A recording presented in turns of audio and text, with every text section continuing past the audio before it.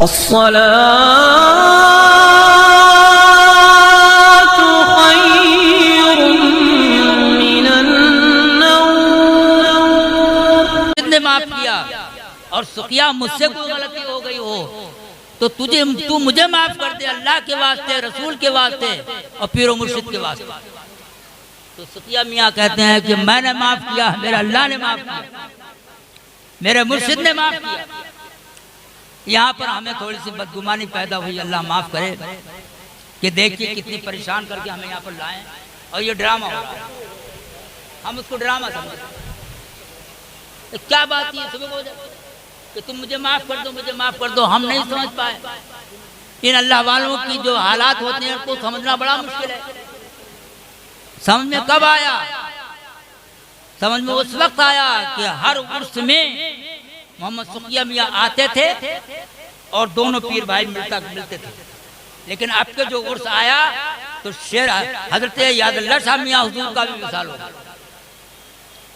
और मोहम्मद सुखिया मियाँ का भी विशाल हो गया।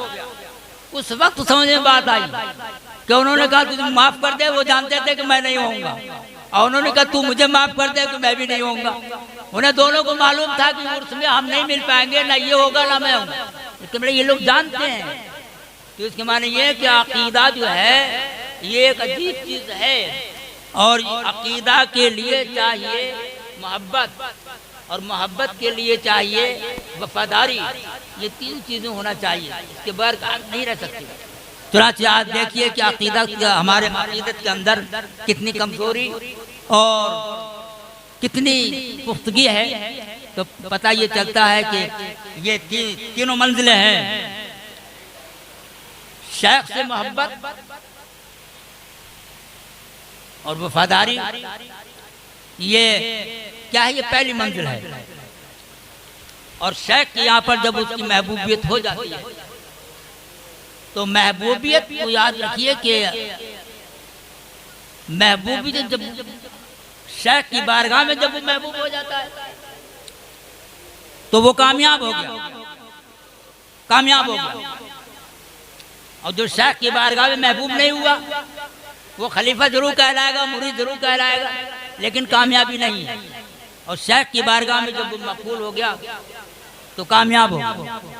अजीजों, फिर उसके बाद में शेख का ये काम है कि वो आगे बढ़ा देते हैं, रसूल पाक सल्लल्लाहु अलैहि वसल्लम की बारगाह में बढ़ा देते हैं, तो फना फिर रसूल हो जाता है।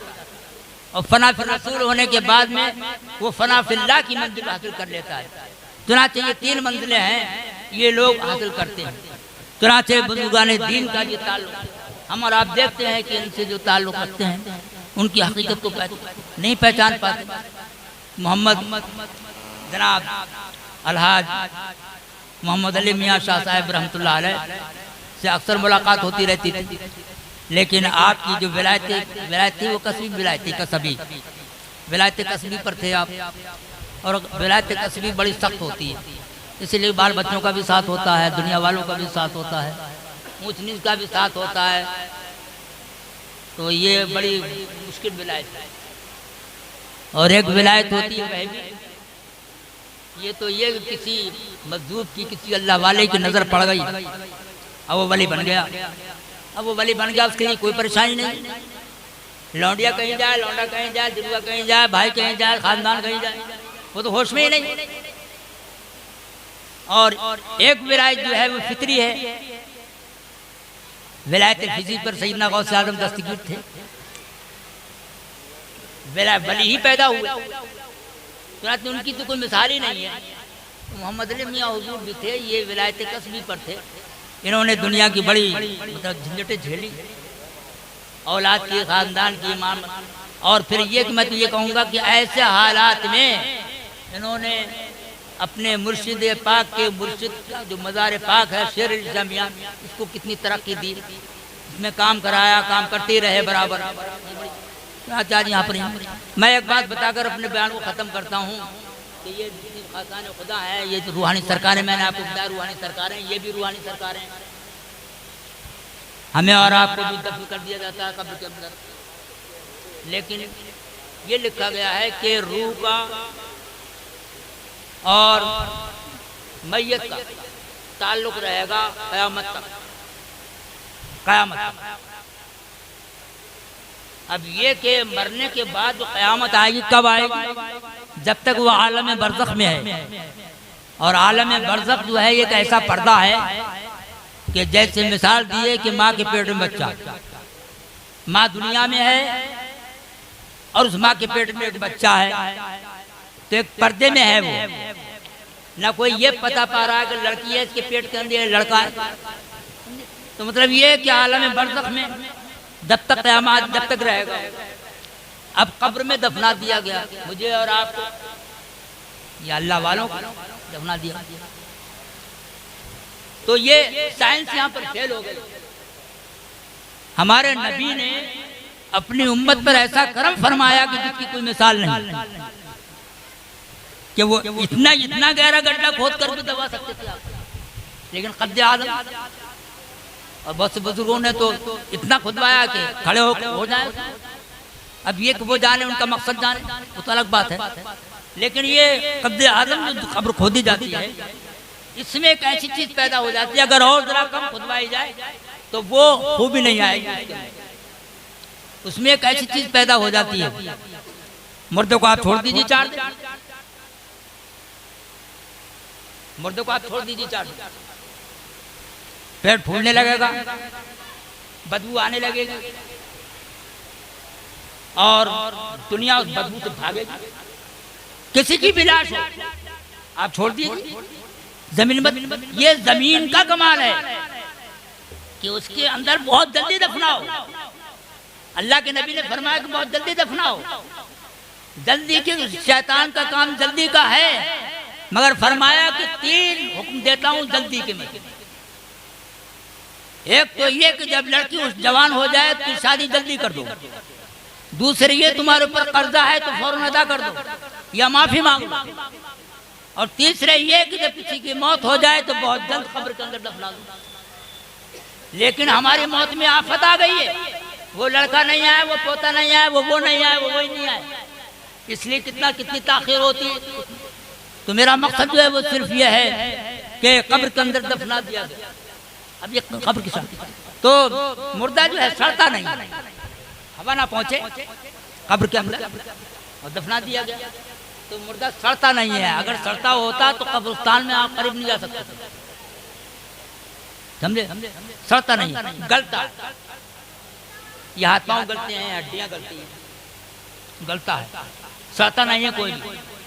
गुनाहगार मैयत हो या अच्छी मैयत। अच्छा, फिर ये कि जब सरकार ये फरमाते हैं कि तुम्हारे तुम पर जो भी गुनाह की सजा होती है और जो कुछ भी गुनाह होता है और उसकी सजा होती है, तुम्हें जो परेशानी पहुंचती है उसका असर तुम्हारे जिस्म पर पड़ता है, उसका ताल्लुक रहता है, रूह का और जिस्म का ताल्लुक रहता है। इसके बारे में बताया गया है कि आप सोचें क्या कब्र में नहीं दफना है? शेर खा गया,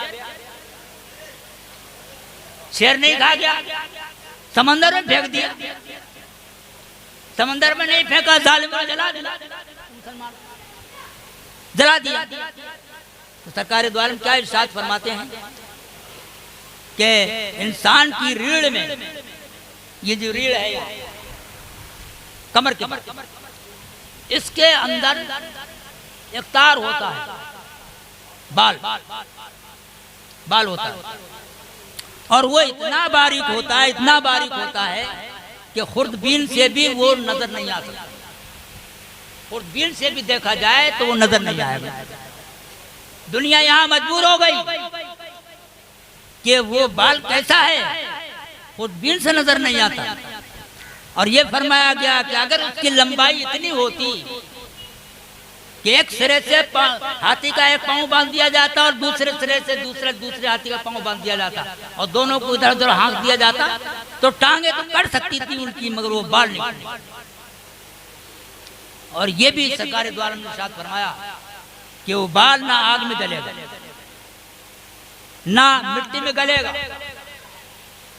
ना कोई उसको बर्बाद कर पाएगा, बल्कि शेर ने खा लिया, समंदर में फेंक दिया, समंदर में वो बाल कहीं बर्बाद नहीं होगा, हर जगह रहेगा। उसी पर सब कुछ होता है। ये बात है कि यहाँ हुजूर मोहम्मद अली मियाँ शाह साहब रहमतुल्लाह अलैह को दफना दिया गया है, या दल्ला शाह मियाँ हुजूर को, शेर अली शाह मियाँ हुजूर को, ये बुजुर्ग यहाँ पर मौजूद हैं। चुनांचे अब उस बाल पर क्या काम है, क्या हमारे ऊपर जो असर होता है किसी गुनाह का, परेशानी पहुंचती है।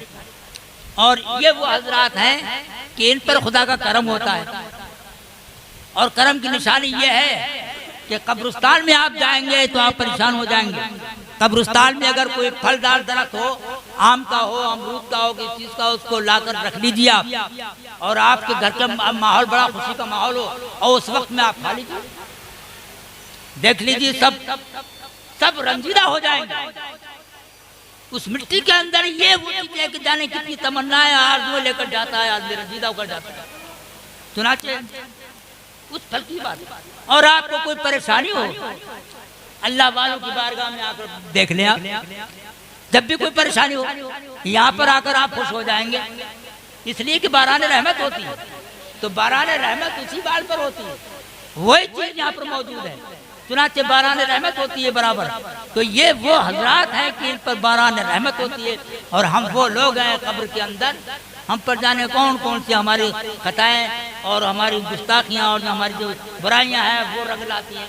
और जब इस दुनिया से हम रुखसत होते हैं और कब्र के अंदर दफना दिया जाता है, चुनांचे तो फरमाया कि तुम्हारी रूह का ताल्लुक तुम्हारे जिस्म से रहेगा।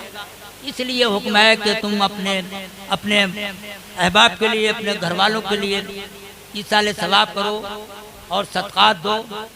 और ये बहुत बड़ी बात है कि सदका जब दो तो जब भी सदका दो तो अच्छा सलाम पढ़ देते, जब भी सदका दो तो अपने किसी अजीज के नाम, अगर किसी के इंतकाल हो, माँ का इंतकाल हो, बाप का, उसके नाम से दे दो, ये उनकी तरफ से हम दे रहे हैं। तो बड़ी अच्छी